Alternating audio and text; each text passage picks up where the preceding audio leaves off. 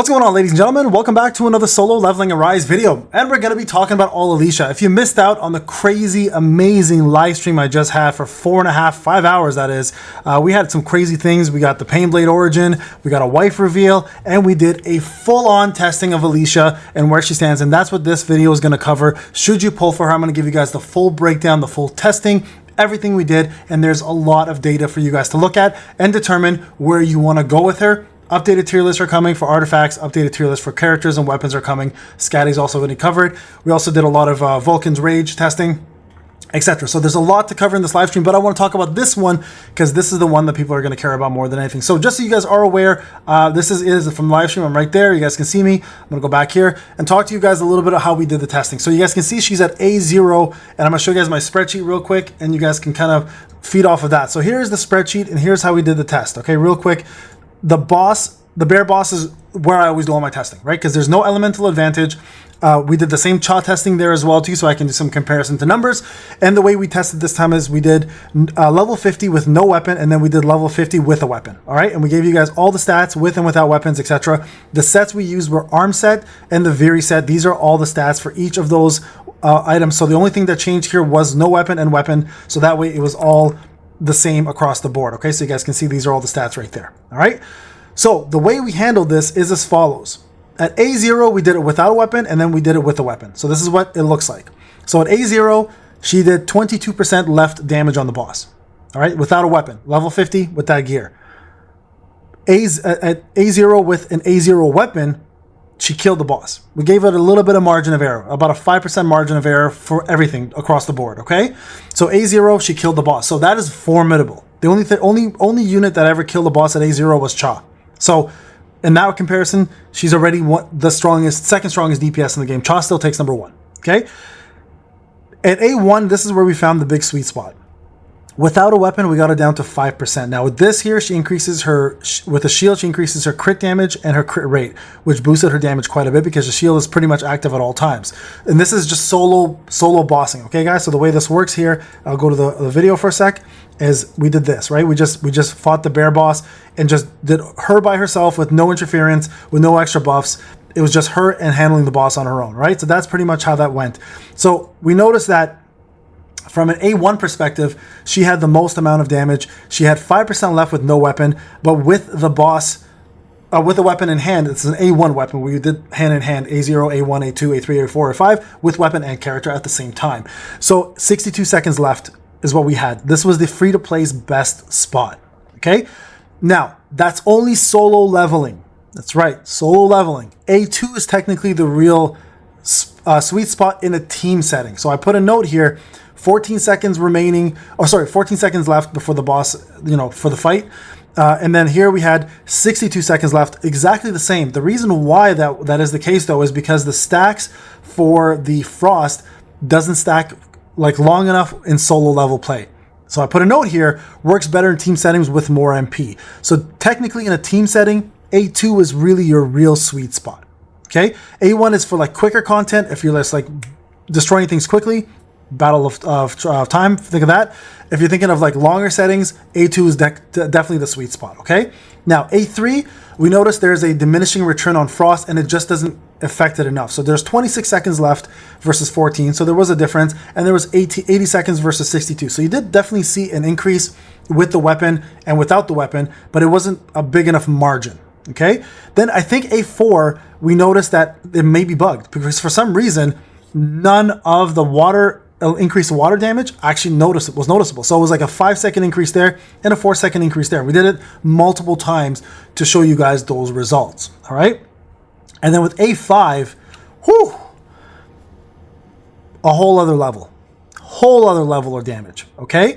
And we did another testing. I'm going to show you guys this in a second. So you guys can see here, it starts off like this, right? Where it's like the damage is fairly low. And then as we go across, you're going to get to the point where she does so much freaking damage. So here we're at A2. Let's just go to like 158. Let's see if I can get to A5. Here's A5. Okay, so check this out.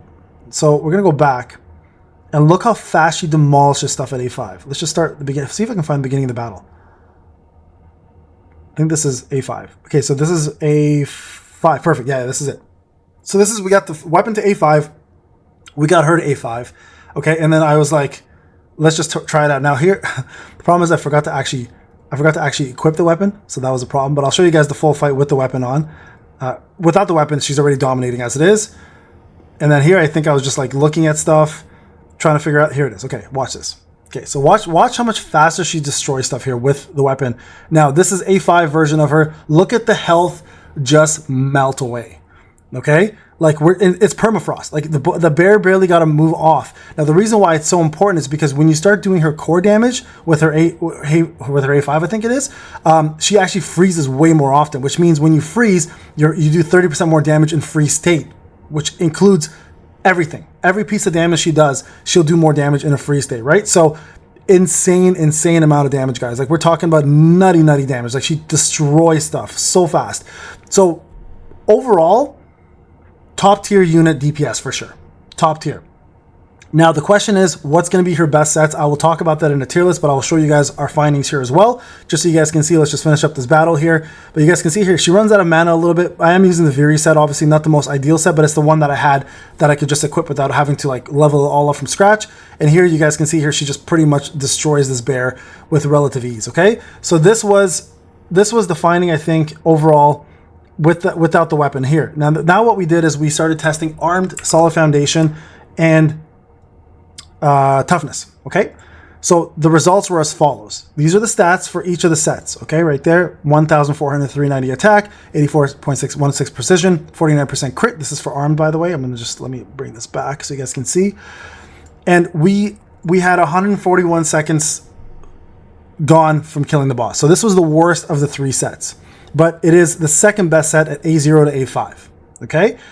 If you look at the toughness set, this was the best set all around. It had similar attack to the armed. It had a little bit higher crit, not by much. Lower crit damage, not by much. And pretty much everything else across the board. Destroyed the bear with 156 seconds still left. Okay, 141 seconds versus 156 seconds.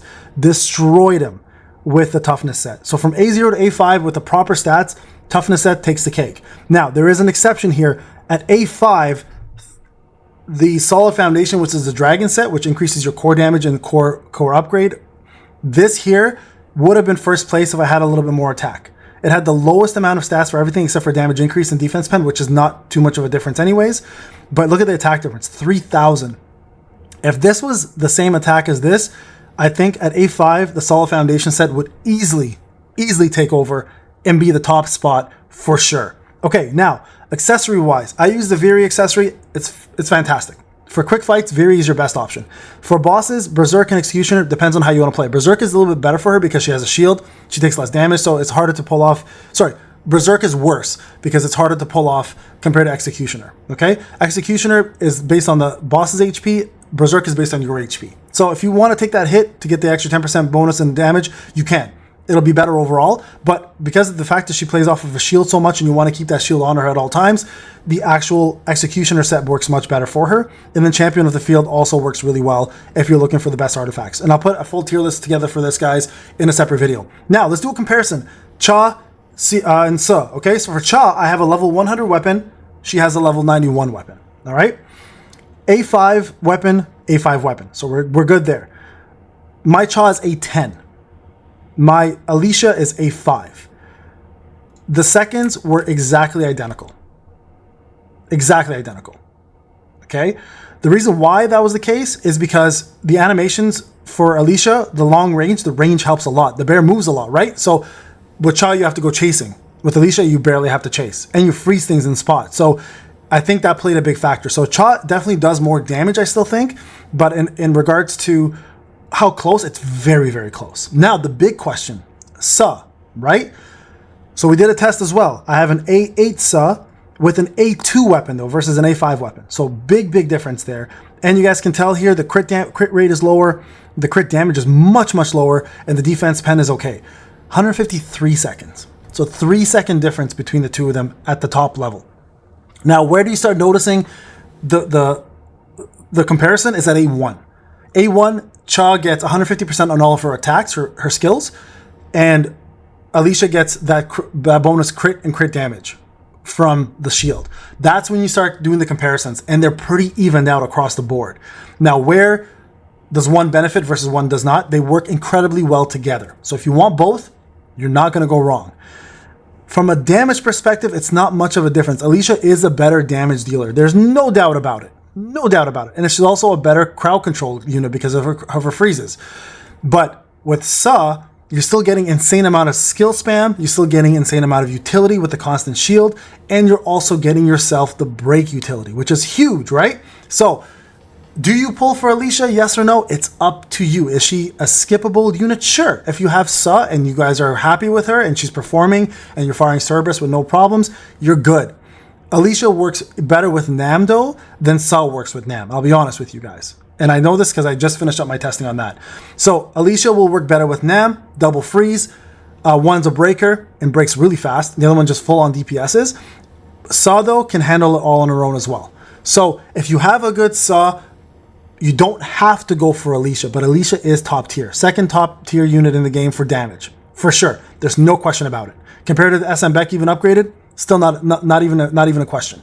So that's how you're gonna take this. For free to play, your sweet spot is A2 technically. So we'll play free to play. Best spot here. Actually, we're gonna take this one away. It should actually go there. Technically, you can still go here and do more than enough, but this is where you want to stop. A3, A4. I think it's bugged personally here because we did it multiple times and the numbers were very similar, but A5 is massive. For spenders, you want to go there. So please guys, spend responsibly, but there you guys go. That's all the testing. Those are the best outfits. Again, I will do a full on tier list for everything. We'll talk about Scatty, Vulcan's Rage Upgrade, and all that other stuff very shortly. Thank you for watching. This is Payne. I'll see you guys in the next one.